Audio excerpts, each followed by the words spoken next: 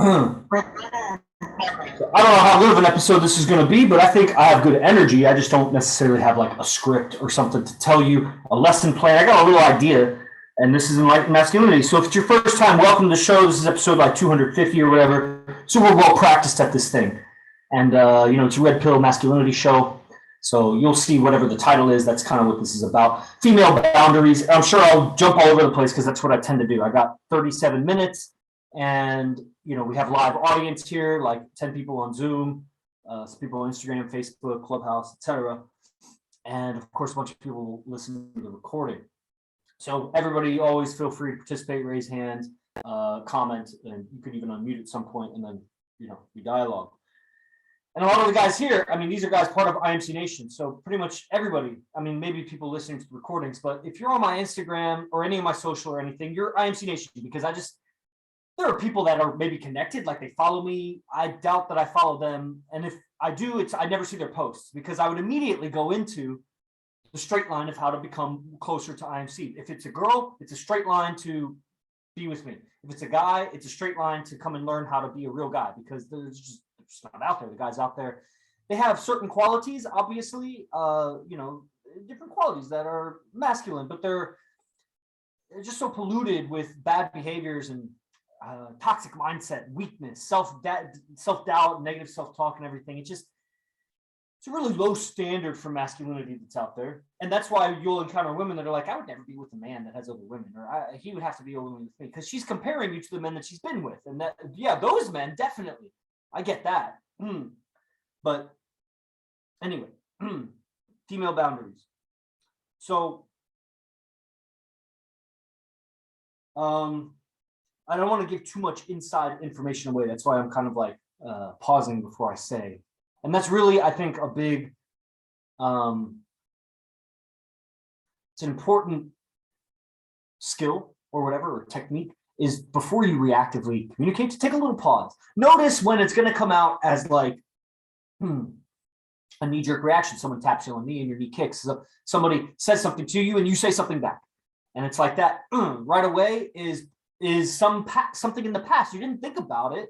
There's some emotion. Yeah, sweet, but thank you. Yeah, it really cleaned up the room. There's so much more space. And I'm gonna organize it. There's he's talking about the bookshelf, he commented, Trent did. So, there's the seduction shelf. It's really, you get to look into the mind of like what I've been filling my mind with, and it's like, oh, that. I gotta get rid of some things.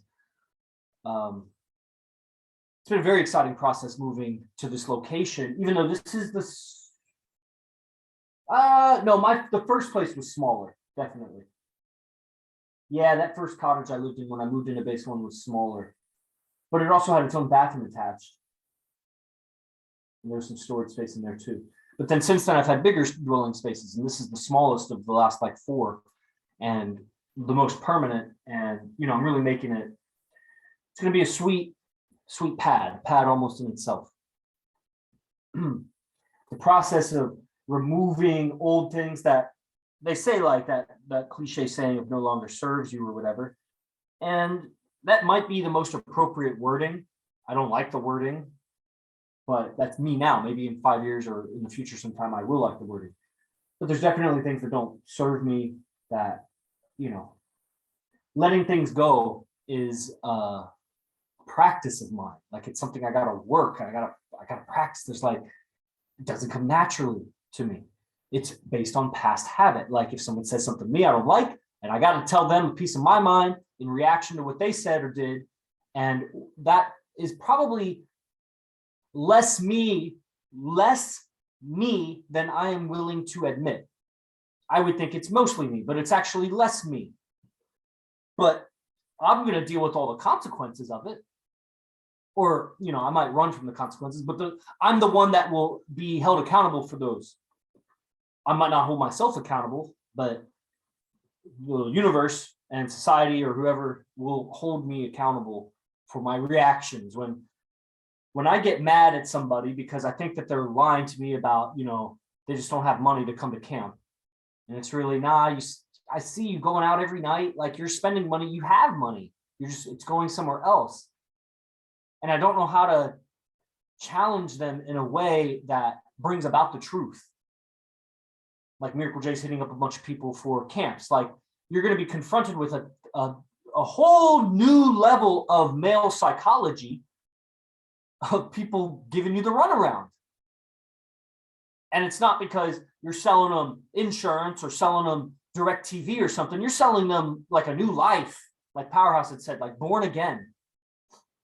And it's like the most right thing to be selling. Like you couldn't sell anything better. And they're still giving you the runaround. Then you're going to start to take personal offense. Like, bro, why are you lying to me? This is survival. Like, it would be like I'm handing you like $1,000 and you're like, nah, I don't have anywhere to put it. You're like, what do you mean? Just hold on to it. You're like, nah, but see, my mom doesn't like me to. What? What are you talking about? Just hold on to it. She doesn't have to know. Why do you have to tell her? Well, see, the thing is my dog and, the interest, I just don't want to pay taxes, more taxes. No, dude, God, you have to handle everything. You're like, bro, just ask your parents for some money, ask your girlfriend for some money, ask a friend for some money, because you're going to learn some dope communication that you can teach to them, and you'll pay them back anyway. What do you do for work? Oh, you do this and that? Well, you have time, you get a second job, or you could hustle. I mean, anybody could do yard cleanup, or, you could get a driving job if you have a car, or Jesus, I solve all the guy's problems. And then he still doesn't do it. Man, now there's something, I'm taking offense to this because you've been using my time here. Now, shame on me for not qualifying the man sooner. See, that was me selling to him so much, but I'd never qualified him. So as you get experience, Daniel Roque's here. So as you get to the end of the sale more and more, and you see all those objections that, man, I should have asked about that sooner. So then you just start to develop your script where you start asking kind of the difficult end questions at the beginning. And you get a lot more no's in the beginning, but then the people that say yes are more likely to go through to the end, and they get your time, and if in a time limited scenario where, death is inevitable, that's the right way to do it. Okay. So there's male psychology, female boundaries was what I labeled this. And really, I could talk about anything. That's what I labeled it on Instagram and Facebook. But I think the people mostly that showed up to Zoom didn't know that was the topic I gave to Instagram or Facebook. So it doesn't necessarily need to be that topic. In my mind, what I had gone through, there's a certain language, certain vocabulary that a woman could use that would repel your advances and would stop you in place and maybe even make you go the other way. Now, not everybody's the same. So she could say those things to one guy and it doesn't repel him, and another guy and it does. For example, a woman might say, I'm a mother of a son and a boy, or a son and a girl. And that could repel some guys. So that's not what I'm talking about. That's like some dating preference kind of thing. What I'm talking about is like the woman starts saying, you're abusive. Woman says to me anything about the word abusive and me, that's the last warning she's ever going to receive. Never use that word again about me or we're done. And then you'll never have to worry about me being abusive. So that's language that would repel a sane man. Now, some man might stay in it and be like, what do you mean? Like, I'm not blah, blah, blah. And like start arguing and being more. And she'll later say, I told him he's being abusive and I asked him to stop and he just kept going. And then you just like, in the court's eyes and the public eyes and everybody else's eyes, you stayed abusive because even you men that are unplugged, supposedly, still unconsciously believe the woman when she says something. And she says to you something about how that other guy or her ex-boyfriend or her ex-husband, this or that, and you tend to believe her. Now, it's one thing to believe her in the seduction because you're not trying to disagree with her. It doesn't mean you believe her. It just means you don't want to argue. Like, you'll find out later if it's really important. Right now, it doesn't matter. Versus believing you're like, oh man, that guy, man. And then you start having angry thoughts about him later. Like, if I ever see him, like, whoa, dude, that's how she does it. That's called sperm wars.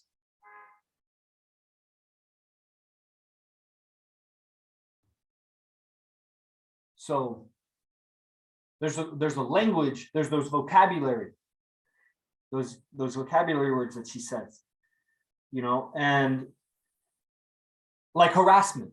If she says to a guy, quit it, or I'm going to tell people you're sexually harassing me. She works with the guy.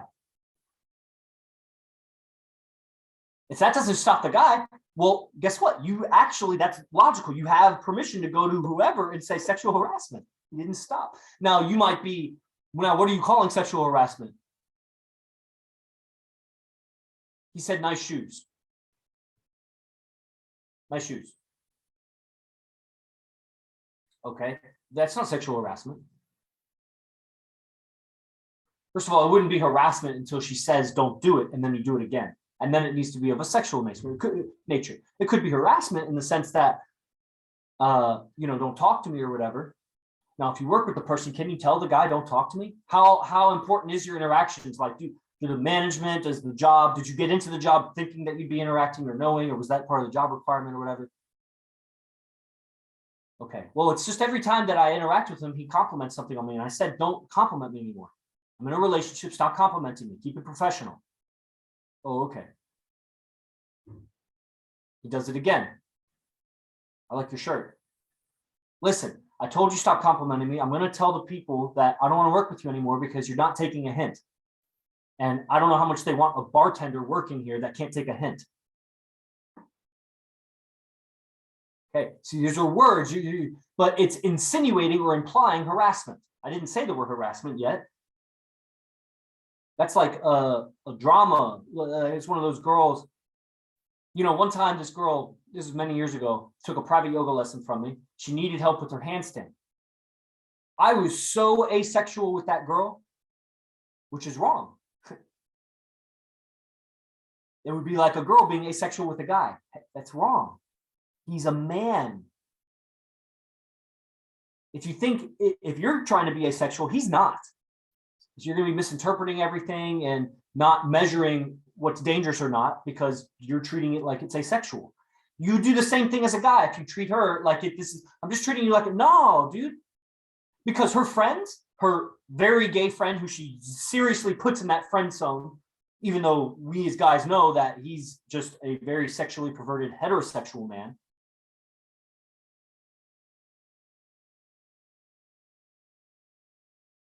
She would let him or one of her girlfriends get away with touching her boobs, slapping her this way, girl, this or that, commenting, whatever. Not that girls go around grabbing each other's boobs, but they, sometimes they do. If you were a guy, whoa. And then never again, friend. If you were her boyfriend or whatever, you can get away with all that stuff because it's, so I gave this yoga lesson to this girl and she was, not terrible looking, femme. I didn't really know it was femme, F-E-M-M. I didn't really know what that means. I still don't really know what that means. I think it's like I don't know, it's just so ass backwards because it's like it has the word femme, like feminine, but then it's like a not feminine girl. But she was very feminine, just with like short hair and clearly just like traumatized by something. But she wanted to learn yoga. She had seen me doing it. She comes over for a private lesson, like 3 private lessons, I think she bought. And I think it was on the first one, she was in a headstand and I was helping her, holding her hips as her legs come up, treating her as exactly as I'd been treated as a yoga student. Just hold the hips and this legs come up, and wasn't following directions. She was a little confused. Anybody, if you're doing a headstand and somebody's giving you like pointers, it's hard to figure out what's up and down, what's left and right and everything when you're in the headstand. So you got to kind of give corrections usually outside of the headstand and then they just do the headstand. And so she's in the headstand and I'm telling her this or that and she's not following. And my hands are on her hips and I do one of these, which is like the side of her hip. And I just tap and say, come down. She gets hella offended, thinks I slap her ass. She finishes the class. And then afterwards, she says she has a problem with that. And I was like, listen, you don't know how to be a student. Like, that's how yoga is taught. And I didn't know how to communicate either, but there was I was at a different stage of my evolution. Probably would have never even taught her. At this stage of my evolution, I don't even teach like one-on-ones. I teach the group, and it's not for any fear of one-on-one. It's just not worth my time. But, those words of you slap my ass, like sexual harassment, she said some things to different people around town. And, that is, I forget why I was going into that, but anyway. So how closely do you work with the guy as a girl? And the guy, we interpret things to be more in our favor than they are. And that's, what winners do, really. That's what persistent men do. It'd be very hard to be persistent if you kept interpreting things less favorably than they are. That's a quitter. And then the realist that perceives it as it is basically like saying you're neither positive or negative, you're exactly neutral. And there really is no neutral. And if it is, it's just for an instant because it will shift to positive or negative. Nothing is static in the universe. So you are either positive or negative. And I forgot what I was saying there, actually. What was the point? I was just saying something. You are interpreting things either more in your favor or not, and it might not be always. You're flipping. Depends on your emotion, your mood. Bad mood, everything's against you. Good mood, everything's for you. And especially with the woman, the observer effect. Especially with the woman, the observer bias effect. Then, we're going to be thinking she's more open or available, or she's more friendly, or she's more into me than she really is. But then why? Why is that? There's going to be his sexual agenda, because as long as she keeps talking to him, he has a chance. It's when she severs talking to him that there is no chance. But if there's possible communication, it's possible to say and do the right things that she's seduced. So, the risk, there's always a risk for the man in dealing with the woman, whether he's aware of it or not, from the approach, through comfort building, through sexuality, through a longer term relationship. There's just always this risk. There's risks at different levels. In the approach, there's a risk that her man's around. In comfort, who knows? You're out on a date with her and there's a risk that she shames you in the fucking public environment. And sex, there's a risk that, she gets triggered or whatever, and then she says something. But again, it all comes down to like public opinion. But that's like what could happen. In the relationship, the more and more you trust her, she gets leverage over you. She knows where you live. She knows your gate code. She knows your fucking bank account. She knows whatever she knows. Maybe she even lives with you. And so there's the huge risk. She's right next to you at night. So,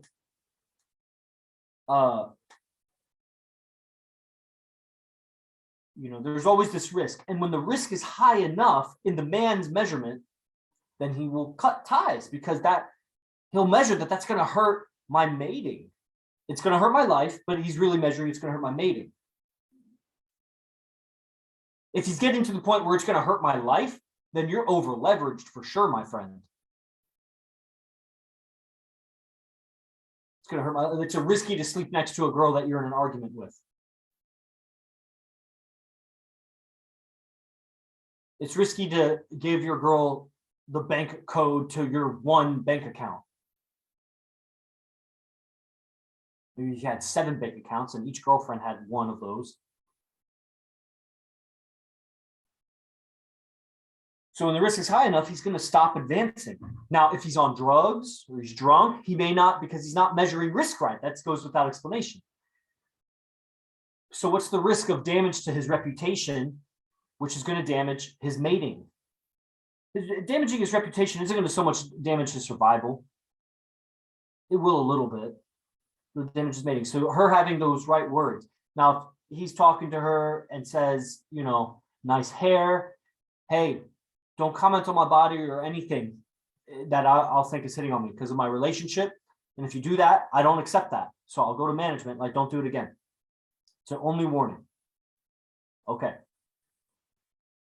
Another time says, nice shoes. Don't address my apparel. Nothing. Just professional. That has nothing to do with profession. It's like a second warning, even though you said there would only be one warning. You could go right then and be like, guy keeps coming. It's going to be a little difficult after just giving him one warning. You can tell him one warning, but it's going to be difficult to get management on your side when you're like, I warned him once and he did it again. Now punish him. Like that. Okay. Because it's a really high standard and strict standard that women just don't have. Women are loose everywhere. They'll take everything. Oh, thank you. Fucking bitch is married, has like 4 kids. You have really pretty hair. Thank you. Yeah, the way you did your eyeshadow. Oh, you're so kind. Yeah, and the way you put your outfit together, like I can tell your attention to color matching and everything. You're so sweet. Like, what do you do? God damn, now she's like interested. And she had boundaries. Like, just keep talking to me. I'm just never gonna get sexual until you start touching me. And then I'm never gonna ask you anywhere until you suggest that we go somewhere. But I'll just keep talking to you in just the greatest way because you're talking to me. Even if you say, listen, I don't want you to talk to my talk about my hair or whatever. It's a little creepy because I'm married. Or no, she'll do this. She'll do this thinking that it's a boundary. She'll say, thank you. My husband thinks the same thing. Thinking that that's a boundary. Oh, well, I can tell he has good taste like me. How long have you been married? Oh, 15 years. Where'd you all meet? How did you all know that you'd be together forever? Was it ever difficult? Oh my God, dude, I'm just gonna keep talking to me about your marriage and your kids. Let's just talk about that. I'll just talk about whatever she wants to talk about. The only thing that's gonna stop is if she stops talking to me. Otherwise, it's just gonna go on and on and on. Even if it's that argument, you keep correcting him because he's at work and he's like, you know what, you don't have to give me that attitude, blah, blah, blah. And you're like, fuck you, blah, blah, blah. Later, they'll be in some toxic relationship together because they just kept talking. Okay, so she says, or he says, nice hair. Hey, I'm going to tell management that I've warned you. I doubt they'll do anything right now, but I'm going to tell them that I've warned you. And now this is the second warning. Don't comment anything about my body or my apparel. Nothing that's hitting on me. That's hitting on me. That's not hitting on you. I'm not going to argue with you. You don't have to be like my man told me, because you should know. You should know. What does he do that to other guys? I mean, maybe if they're like super sick, some sick ass shoes, $10,000 chain or something. But even then, it's like approval seeking. It's something he's looking for, some extracurricular, some outside of the job interaction. Being friendly with a guy like that. Now, is a guy going to be friendly with a girl, and for what purpose? He just likes the company of women. Why? He's not willing to admit it, and nobody that you work with would be willing to admit it. None of the guys and none of the girls would be, maybe some of the girls, if you really sat, really everybody, if you sat them down. Jesus, it's logical. And the one that would not be willing to admit it, there's something really wrong there. Like one of my ex-girlfriends just could not get over not talking to other guys when we're in public, or not other guys when we're in public, just no interactions with the other IMC guys when she's around. Like that, nobody will talk to me, and like, she just couldn't get it through her head. There's something fucking wrong in her. And it's not my problem. It's her problem. You can live out your days with that. That's why we need abundance in numbers. It's not going to be most women are for you. But the ones that are for you will be hella for you. Johnny Freedom calling me. I just don't interact with people that aren't, dude. I don't interact with people that aren't IMC Nation. It's either women that are somewhere on the straight line from zero to somewhere for whatever reason. If you see someone on my Instagram that's not attractive, if you look into it, she probably knows some attractive people. She's not useless. And if you see a guy that I'm like connected with that like, there's some value there. But it's value related to this IMC life. So that's all I'm interacting with. Now, she might be out there in a normie job. She probably is. She's probably not working Etsy from her home, just selling home crafts that, has really no interactions with men. And even then, if she goes out ever to the bank, to the gas station, the grocery store, fuck, man. Now, if you're not repeatedly around those people, then you only need certain boundaries to repel the guy. Just closed off. Just not open to him, but confident, not down like wounded animal, like ignore. Too cool for him. Just too cool. If you persist, then it's the right words. If it's at work and you need to say something to the guy to, hey, this is the second warning. I'm going to tell management I've already warned you. It's second warning. If you do it again, it's going to be harassment. I'm not fucking with you. That's where you can curse. Cursing, don't curse with me because it repels me. I don't like that quality in a woman. Emphasize your force with another fucking man so he knows you fucking mean business. Don't fucking compliment me. Keep it fucking professional. You have some handle where you don't need to interact with the guy directly, then do it. Good, you wised up. There's some evolution. She didn't know that there's a possibility that, you could handle the money differently so you don't have to interact with the guy. Now you do. Wisdom, something the 18-year-old, 19, 20, 21, 22-year-old girl doesn't know, which makes her more vulnerable to everything, including seduction. She's more vulnerable to seduction. That's why the older the woman gets, she's less vulnerable, even though she doesn't get prettier. In most cases, girl gets with me, she keeps getting prettier. But the woman gets uglier, but she gets harder to be with at the same time. So these lines cross, where pretty soon she's what I call unmateable. She's not mateable. Get these 37-year-old, 39-year-old women, they're so sexual, they're about to hit menopause, they just got out of a marriage, their kid's about to fly the coop, and they want to, no, you don't know how to be in a relationship. Or they're just, 35, 36, 37, they maybe had a kid, they probably had like one or two kids, but definitely haven't been with a guy, haven't been able to make it with a guy for 5 or 6 years, and it's like, they want some kind of commitment. You are horrible. They're pretty much worse if they're actually better if they had kids, because when they had kids they needed some empathy, some compassion, they needed to dumb down their language a little bit to interact with the children. That's just what happens. The woman kind of gets dumber when she's interacting with babies, and then she loses some language. It's like you didn't talk to the outside world as much for 2-3 years, probably didn't read as much, like you probably didn't get more intelligent. You got maybe better as a mother, but you didn't get more intelligent. If you ever talk with these like new moms, the goo goo gaga language. If she didn't have kids, then she's just been making it in the world. And what has she been doing? And by 27, 29, she's hard, callous, like she has feminine tendencies. You could trigger that shit in her. And the woman being so selfish and entitled, if you trigger that in her 90% of the time and 10% of the time, you're not triggering that in her, which is what? That feminine response where she feels like she wants to follow you and you're leading her and whatever, then she'll leave. Like you got to be so stand out that 100% of the time she's following. You're leading. Or it's going to be, if it's not 100% of the time, then it's going to be this oscillating back and forth. He lead, she lead, he lead, she lead, which is going to eventually turn into she lead, she lead, she lead, she lead, until there's danger right in front and then she steps behind. And then when there's not danger right in front, she lead, she lead, she lead. She doesn't realize what danger her measurement of danger is so fucking selfish already. It's just danger to me and my body, not danger to society, danger to my offspring, danger to, because she learns bad habits and then passes them on to the kids, or other people are seeing that and then replicating that. And she's a danger to culture and civilization. But he's more of a danger because he's letting her get away with it. And women's only weapon is to reject the man. And they think that, well, he's too aggressive, or, their weapon is also to slander you. But, assuming that she doesn't do that, how do you assume that? You have such a reputation already that she would look like a doofus. She's not in such a compromised position that she can get away with, he touched me wrong, he raped me. No, it's just we were walking down the street and I said something rude and she couldn't take, he uses bitch too much or whatever. Like, that's all she can say. And then maybe she can make up something. But if she's been with me for like some time, she can't really, there's only so much like that she can really just fabricate out of nowhere, given that I have reputation with other men, other women. If I was a lone wolf, it'd be much easier for her to control me, and she will. And she will. She will.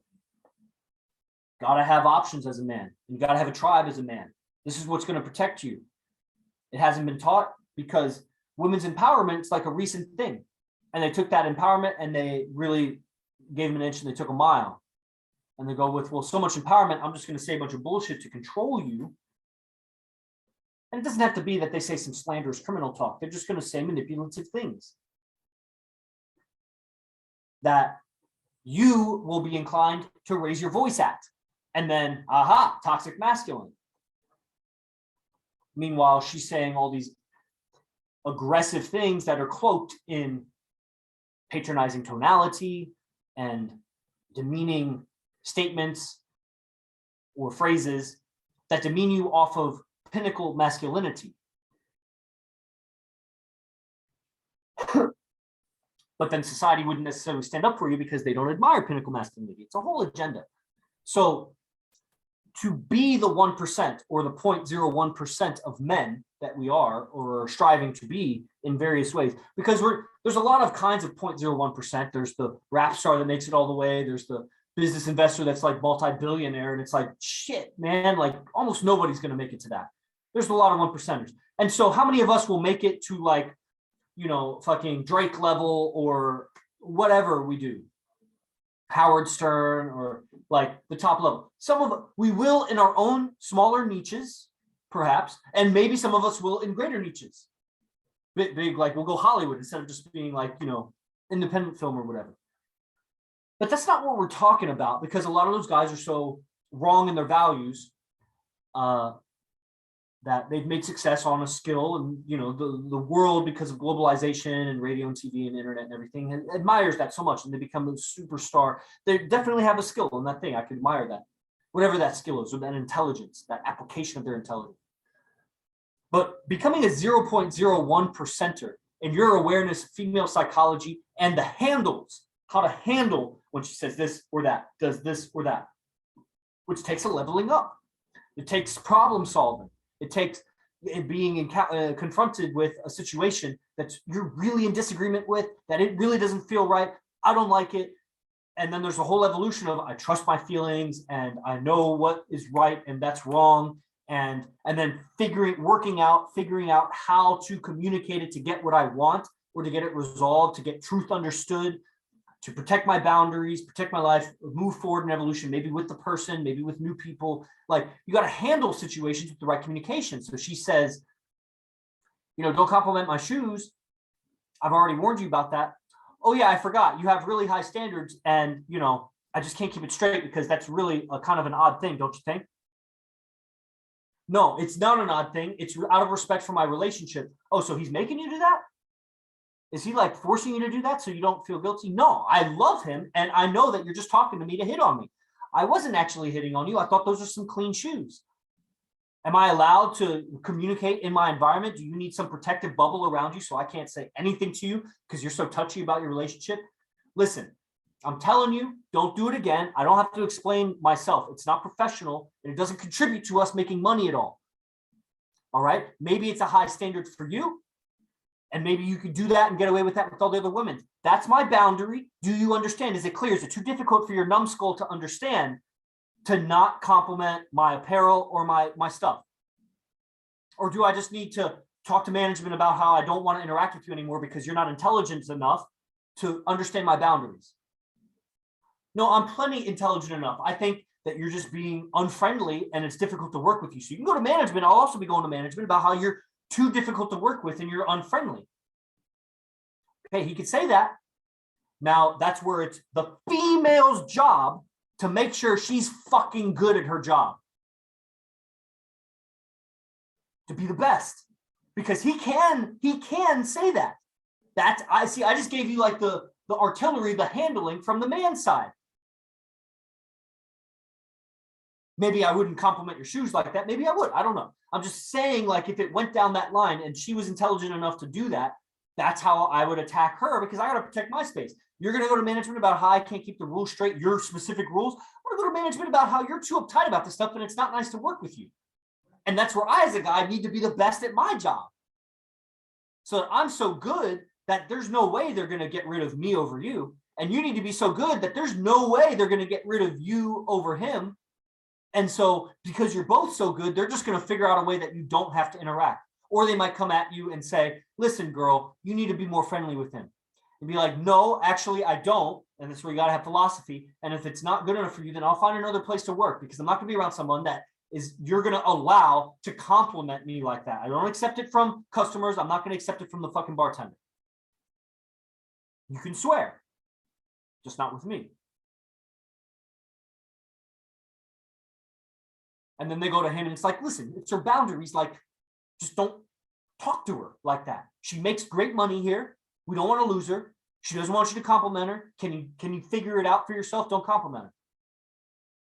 I think that's a reasonable expectation they should have on him if he's a bartender, because there's going to be 100,000 of opportunities to offend female clientele that the bartender needs to like be aware of how to do that, or he's going to lose his job.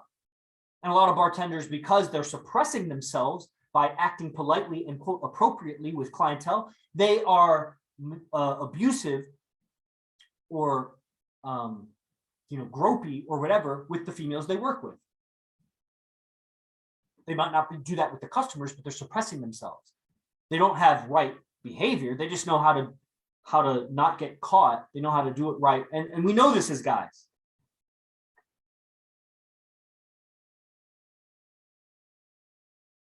So, but he's not my responsibility. So fuck him. The girl is my responsibility. You got to be the best. Explain your boundaries and this and that. Okay, I got some comments coming in. Sweet bookshelf, reserve, heck yeah. Yeah. Okay. Where do we go with this? Anything else? We got people still on Instagram. No, Fat Buddhas, you cannot come live with me, brother. You gotta come on Zoom. You need to be on Dragon's Den. I think you might be on Dragon's Den, but come on Zoom. No offense, even the women here keeps leaving to check the fucking phone. Dopamine rush TikTok. I don't really understand that comment. Sorry, I don't understand. Megatron is on. She fucking loves this. Speaking to her soul. Ovaries exploding right now in her body. Oh, you are on Dragon's Den. Cool. We'll come to Zoom. Come to Zoom and talk. Anybody here have any thoughts? I teach in 1 hour yoga for sorcery, which I need to change the name of that because I think it repels people. Miscommunication with my text. Sorry. Yeah.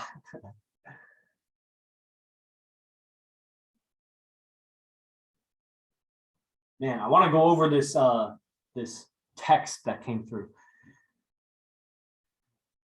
I don't know if I need to make it public though. I probably shouldn't. No, I will. I'm trying to like it. Got a little excited, thought for a minute I could get schooled. By who? Come to Zoom, Fat Buddhas. Are you not in my Enlightened Masculinity Telegram? Everybody on this recording, if you're still watching, it's a shame when I get on a roll, but the first 10 or 15 minutes of the show was not on a roll, so anybody watching the recording may not get to the good part, really. But that's my job. With all so due respect, in Calgary, I feel like I'm in the twilight zone. You don't need to say with all due respect. I mean, Calgary is, Canada in general is very matriarchal. No, I didn't mean to spam you. No, you're not spamming me. Sky, you're so communicative. Come to Zoom. I don't know what's going on. Yeah, so nothing from you guys. Oh, I was going to read the text. So I'll end the Instagram because you guys should be on Zoom for this. I'm going to read you guys a text from some IMC tribal leaders.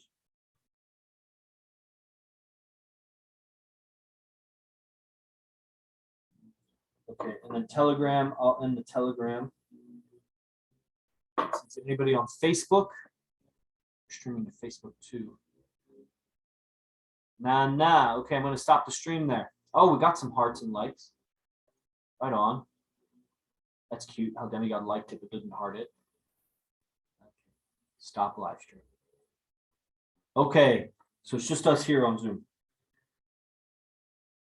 Tribal leaders.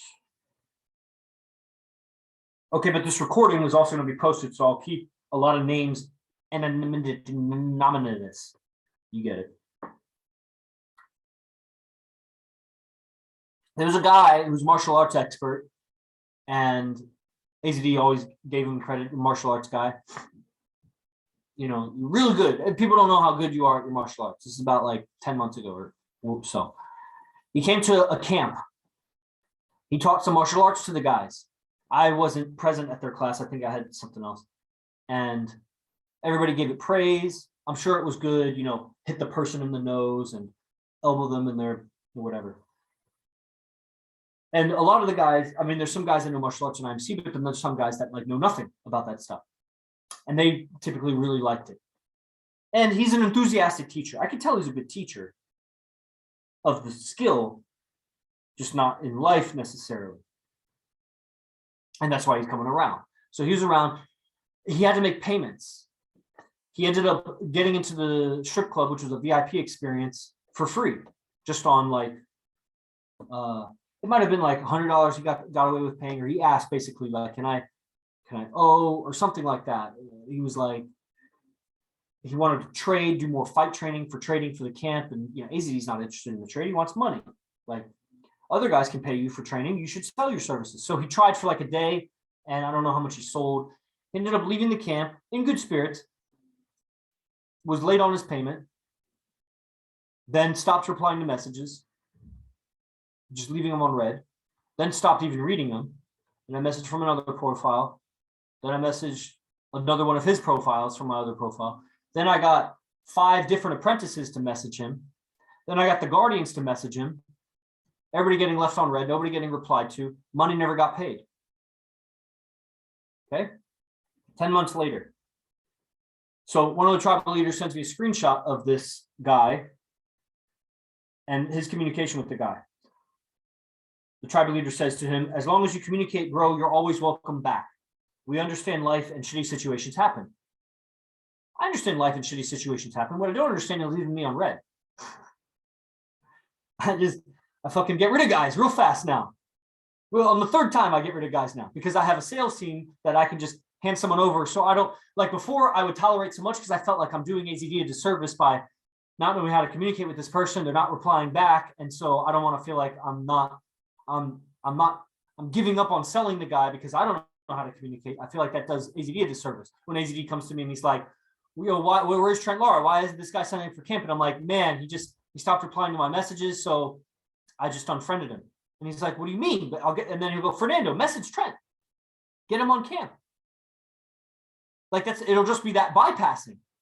So I'll just say, now Trent showed up to every camp. I'm just using him as an example because he can take it. So I would have, right now, I would just on the 3rd message, like get rid of Trent and say, Fernando, message Trent. Because I'm working with the sales guy. So now I can have more integrity. But before it was like 5, 6, 7 messages. Oh, man. So we understand life and shitty situations happen. The guy says, thank you, man. It means a lot to me. Okay, I'm still working on finances. What's the cost of this one? Any trades available for training? The tribal leader says, fuck yeah, let me find out what's possible. The guy says, I've also been meaning to reach out to Pyro, all the guys. That would be awesome, man. I'm really willing to put in work. I feel bad for letting everyone down. I'll bet you do feel bad. I don't know if it's about letting everyone down. I think it's more about you feel bad not having money. Then the tribal leader says, yeah, bro, you definitely get dishonorably discharged, or you definitely didn't get dishonorably discharged or anything like that, LOL. He did in my book. He was on the dropouts list. The dropouts list went to the sales guys, and he signed up for Love Spell and Dragon's Lair still. Both of them. I don't know why both of them. You haven't finished watching the Love Spell recordings yet? Save that $100 and pay for the camp. And then come do more camps, because what are you doing? It's just retarded.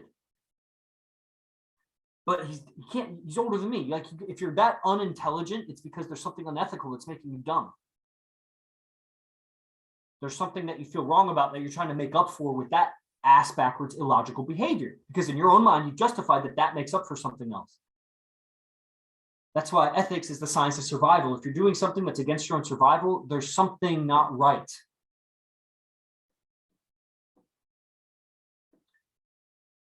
Okay, you didn't get dishonorably discharged or anything like that. He said, the guy said, thank you. If you could put in a word for me with Master Arash, it would be a blessing. I feel awkward just jumping on Instagram and liking all the IMC posts without proper acknowledgement first. Never mind the wrong language. Then tribal leader says, reach out to everyone. No one has an issue with you. We love you, bro. We need, he says his name. Get in the choppa. Do it now. The guy says, you rock, brother. Thank you. Tribal leader says, for sure, bro. I'll share this convo with Yogi, Chris, and AZD. Fast forward. Here we go to the tribal leader chat. Another, that tribal leader posts the screenshots of those messages. The other tribal leader, or it's in the tribal leader chat. So there's 4 tribal leaders. 3 of them are ex-tribal leaders. So all the other guys are ex-tribal leaders, but I'll just call them tribal leaders for now. So one tribal leader A posts the screenshot of the thread. Tribal leader B says, hell yeah. AZD says 100 claps. So now I think, okay, AZD is on the tribal leaders team here, bringing this guy back on board. I don't feel good about it. I don't like it. It's very interesting because there are 2 guys in IMC in recent history, in the last year or 2. 2 guys that AZD was like, that guy, not around me anymore. Fuck that guy.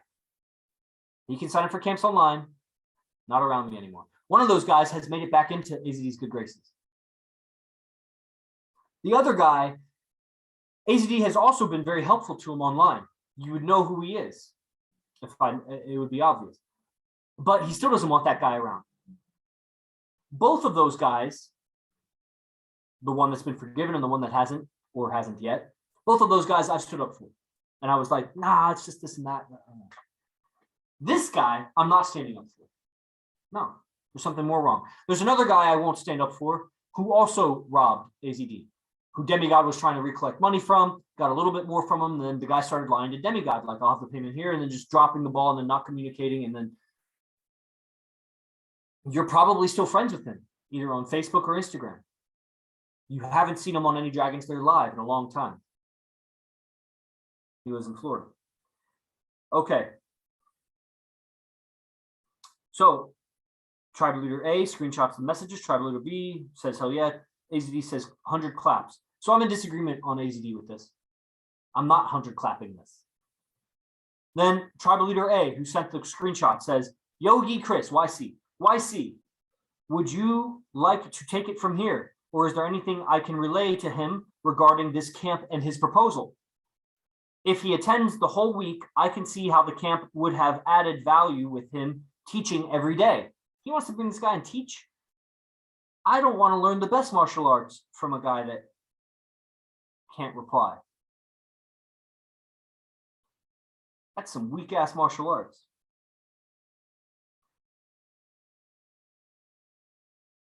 This kind of throws me off.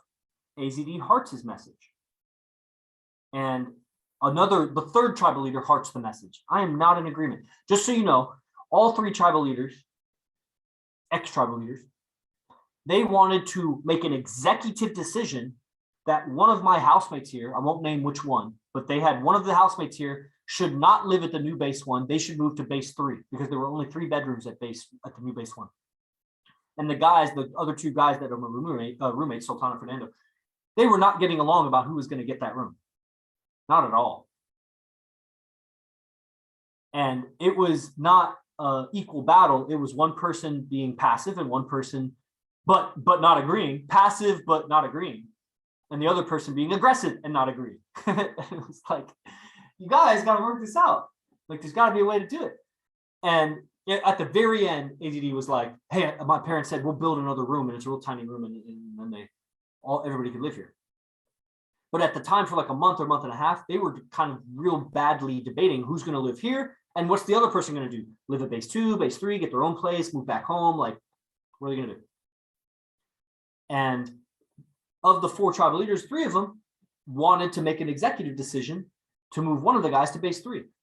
I was like, nah, that is not. And they were treating the conversation as if it was a vote. I was like, nah. It's not a vote. Now, I wasn't pulling rank. Like, what I say goes. All I was saying is that it was just straight up, and it was during one of our parties. And like, so for 40 minutes, I'm outside talking to them about this. And it got a little heated. And it was just like, oh, man. Like, no. We do not make a decision about how to relocate somebody. He's a man. He's not a dog. He's not a child. He's a man. They can work out their communication up until the very last day.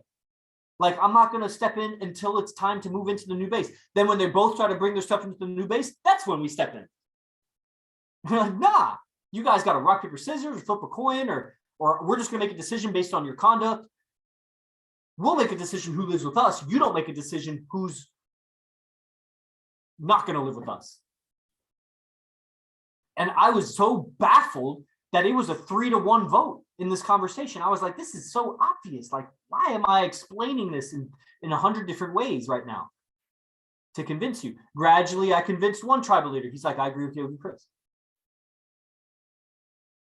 Then the other tribal leader, or one of the other tribal leaders, stopped. I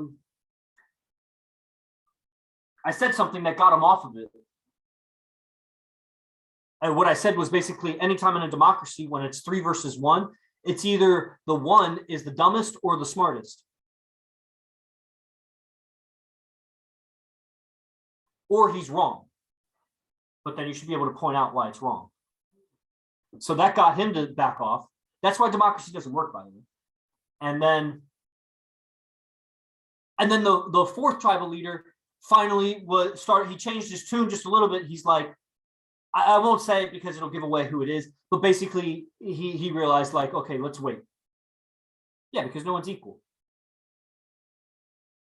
You should be able to point out where I'm wrong and convince me, or I'm either the dumbest or the smartest. So why am I saying all of this? Okay, so I'm in disagreement.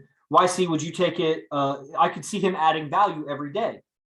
So now AZD hearts it, and another tribal leader hearts it, and I'm in disagreement with all of them. I'm not hearting this shit, and that takes integrity. It also takes some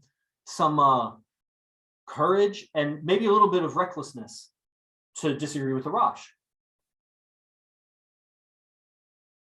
I say, no, you can handle it. He still owes from the last camp he attended and dropped off the map with me and everyone I had messaging him. I wouldn't have any trade that I'm interested in with him. I would never fall off like he did, and I don't trust him for it. If you wanted to pay him to train you so he can afford a camp, that's fine. Personally, I don't want to be around him or interact with him right now.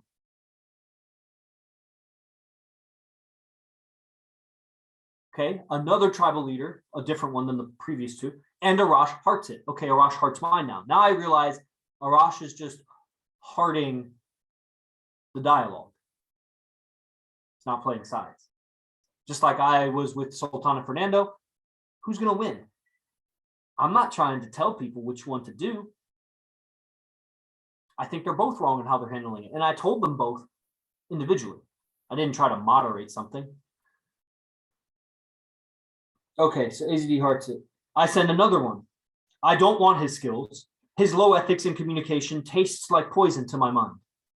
I wouldn't attend his classes until he makes things right like a man, not goes through you, is my thoughts on it.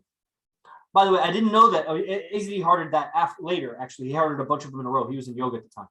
So I didn't know he was going to heart both sides. And I know that AZD's only talked positive about that guy. I've never heard him talk negative about that guy. Ever. So I'm not sure how far to go with that guy is unethical. There's something wrong with him. I don't trust him. I don't want him around. I don't really have that like in my job description is like my authority to say.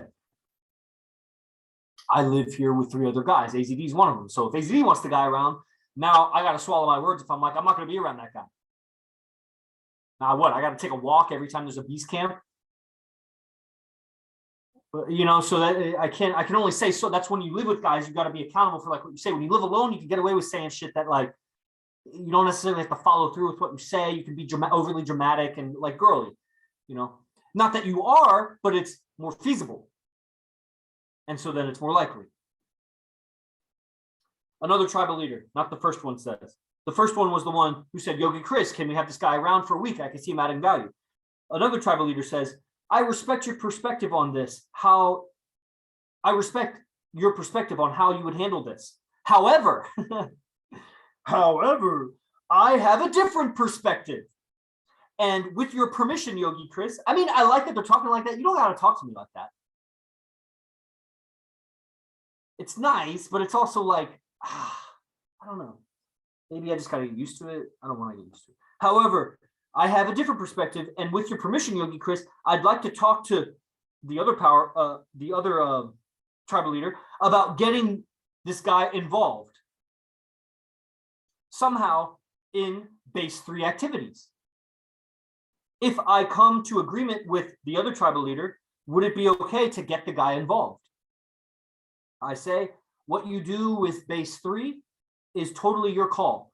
In accordance with AZD's wishes. I have nothing to say on that. Prayer hands. Stoicism. Tribal leader says, I would still love your blessing on it. About this time is where AZD goes through and hearts everybody's messages. I say, no such blessing would ever be given until he repairs his comm line with me directly. Otherwise, he's dead to me. I wouldn't welcome him into my base. I abhor being ignored. Diamond Bevel's like, yeah, using that vocabulary word, mate. Good job. A poll. Yes. You hate with vicious animosity and malice.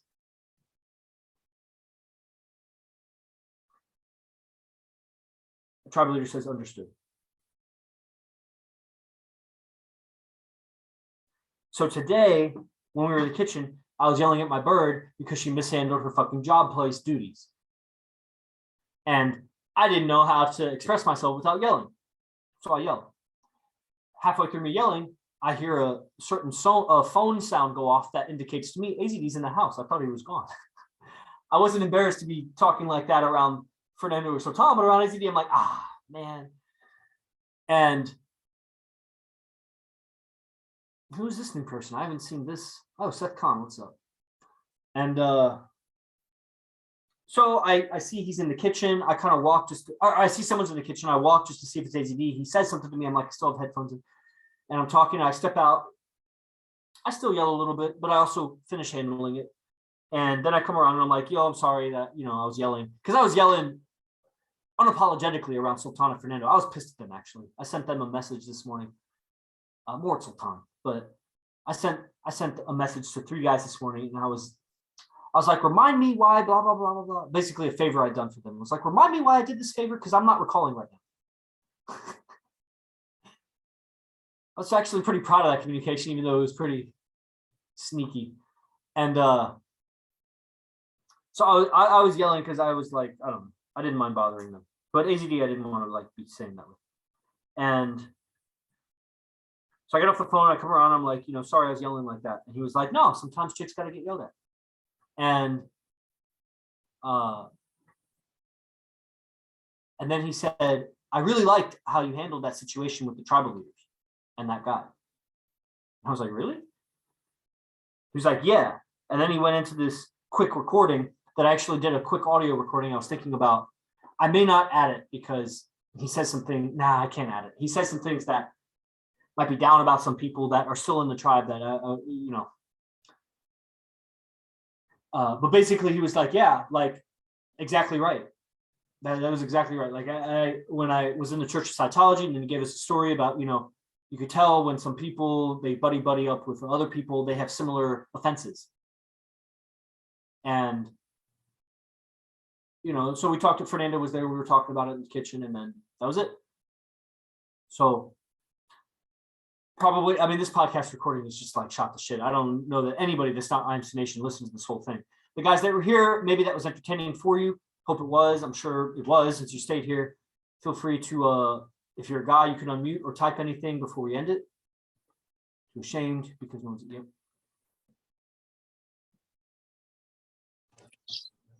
I just want to say thank you for doing this. And whenever you had Instagram going, it felt like it was you were presenting a chess match where you were playing both sides. You were playing the female and the male argument within, right. What was it, a work structure? So it was cool. Nice. So thank you. You're welcome. I didn't know that that's how it was going to go down either. What I saw was that in order to be able to prepare the girl, I need to be able to do both sides, because otherwise she's just going to keep coming to me for like, what's the next handle and the next handle and the next handle? Yeah. Right on, Prophet. Thank you. Because as Prophet's selling camps, you're going to have communication lines and ethics like that. People are going to question your authority and your power. You're going to question, how much do I get to say? And how much do I trust myself? How much do I make sense? You'll doubt yourself. And so you got to work it out. Because I have gotten mad at guys, and I feel bad afterwards. Like there was a recent guy I yelled at, left me on red too many times. I fucking yelled at this guy. He's in Serbia or something and can't afford, he's in like Belgrade or something. He can't afford anything. He's playing that sympathy card. I make blah, blah, blah, blah, blah. And I'm like, that has nothing to do with you leaving me on red. That's just some bullshit story. Why are you? Yeah, I'm selling you on a camp because I think you should make $50 payments a month until you pay it off. I don't know why you're not. I see your pictures. You're doing shit. And yeah, so for the girl to be able to stand up for herself, like it just can't be just the next statement. Like, okay, you tell them that don't compliment my things, or I'm telling management. And then he does it again. Then what do you do? So it's like now she makes a mistake because she doesn't know what to do, and you come back and you have another fight about it because you think that she wasn't respecting your boundaries with you, or you think that she's too dumb to be with you, blah blah blah, or you're gonna have future problems because now that guy thinks he has a chance, and there's definitely gonna be a future problem. And you're like, man, like this would be easier to just not have a relationship with you. I wouldn't have to deal with the shit. I could just like not have a relationship. It'll be fine. And of course, there is some benefits, hopefully, to having a relationship. So that's where she makes herself useful as a woman. So she has leverage, not just leverage because she has your bank account and fucking she could slander you, but leverage because what other girl are you going to get to do everything for you at the drop of a hat, and is totally willing to improve her beauty always and forever, and will talk positively about you to every woman ever, even when we're fighting, and like she makes herself like invaluable in a way that it's like, man, you know what? That is kind of hard to find a girl like that. Maybe I have a few, but I had to go through 1,000 to find them, and so I got to go through another 800 to find another one. Like, all right, you got me. I'll go through a little extra effort to teach you, to feel feelings for you, to help you, to guide you, because it's worth it. And so in that sense, where I don't want to just get rid of the girl, but it's gonna bring me problems in the future if I don't handle this. She's not getting how to handle it. I'm getting frustrated. I gotta level myself up, not just in my understanding of how it should be handled, but my ability to transmit to her the ability, not the knowledge. I need to transmit to her the ability to handle it, because I can't handle it for her. So that's a certain kind of communicating, a certain persistence, a certain patience, a certain qualities, and the understanding and philosophy and everything to transmit the ability to her, so that you teach the man how to fish so that he can just keep feeding himself. You don't just give him a fish or whatever, however the analogy goes. So even in this podcast, I leveled up in realizing that my ability to go back and forth on that makeshift dialogue or whatever, playing both sides, is like a necessary thing. I should probably do it more. So, all right. Anybody else?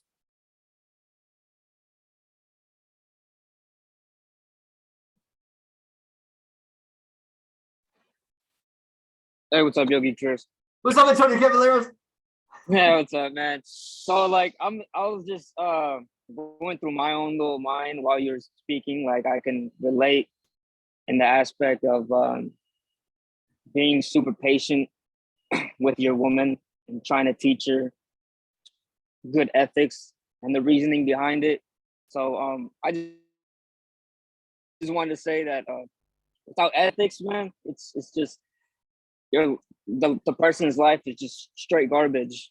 And the more I get into it, the more I do TM, I just realize how important it is. And it's funny because I look back like a couple months ago, the way I would handle things is not the way I would handle things now. So it's like, what am I trying to say here? Just yeah, man. That's basically it, man. Just like reinsurance of like everything you said is spot on for me. Yeah, I get what you're saying. Yeah, patience with yourself. It's really, because we think it's patience with the woman. It's really patience with yourself, and an ability not just to stay calm, but to calm yourself down, because you lose your ability to communicate, and you just got to see that sooner and sooner and sooner, because that part of you that's angry is you're not as much there as you think you are. It's something from the past. It's a pre-program, that is going to ruin the manifestations of the current program. It will counteract the current program of what you're creating, running the old program. And if that makes sense. I think it makes sense to Trent. I don't know what Trent's doing right now. He got real excited. I was going to type, that's why self-concept is so important, because you can gain something new, a new experience, but if you're not a new person, you won't be able to retain it. Same thing with a woman, money, doesn't matter, health. I think I understand what you're saying, but could you say it a different way?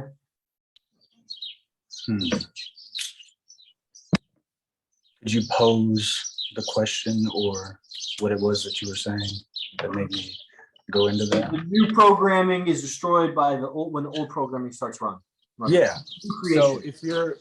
if you're stepping into, let's say, a new manifestation, a new creation, new relationship, a new business, if you have a poor mindset or a scarcity mindset, you're bound to lose that which you have, because you don't have the frame of being that would continuously provide for you. You see what I'm saying? Yeah, and similar to what I said earlier about interpreting things in your favor or not. If you interpret them against you or you interpret them as negative towards you, that's the recipe to be a quitter. You're going to quit doing that activity at some point. But if you interpret things in your favor, like, oh, there's no money today, or, you know, there's no money today, so that means I have so much opportunity to, you know, do better. You know, I feel so negative about, you know, what she said or did, and I could feel like a loser and collapse inwards, or it's like I'm so grateful for this feeling because I have the opportunity to handle this thing and level up. And that's what the money thing is. So if I feel so bad that I don't have enough money, it's like I feel real grateful for what, that I have the opportunity to make money for that thing that I want money for. Like, that's actually in my sights. If I had even less money, that wouldn't even be in my sights. So I'm so grateful that I'm at the level that that's in my sights. And that when I figure out this money situation, then I'll be leveled up over all the people that haven't figured it out. I'm so grateful for this opportunity. I'm recognizing the opportunity in front of me. I went so many years without even knowing there was this opportunity here. You know, I'm grateful for this nervous sensation because I have the opportunity to learn to relax into it, to drop behind it, to figure out my own self, master my own self. The Prophet's about to, you know, do a book signing inside of a Barnes and Noble right there, I can tell.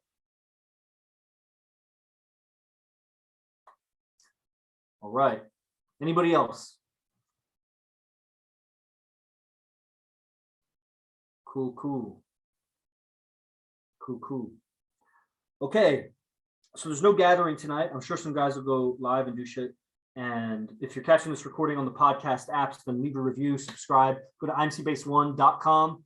There's a pickup camp this month and AZD camp. They come as a package or separately. There's in person, there's sponsorship level. Sponsorship level gets you private lecture, a private moment. The private lecture is for the sponsor, so it's not just one-on-one, but it's a sponsorship level lecture, the private moment, and a part in the music video that's coming up. Plus a you know, a bonus lecture or something. I'll find something deep in the archive that'll be really nice for you guys. People interested in yoga, go to ninthlim.com. That's where I do all my yoga stuff. I'm about to teach yoga, so if anybody's interested, just send me a direct message about learning yoga. And I'll see you all on the next show. Salute. Os.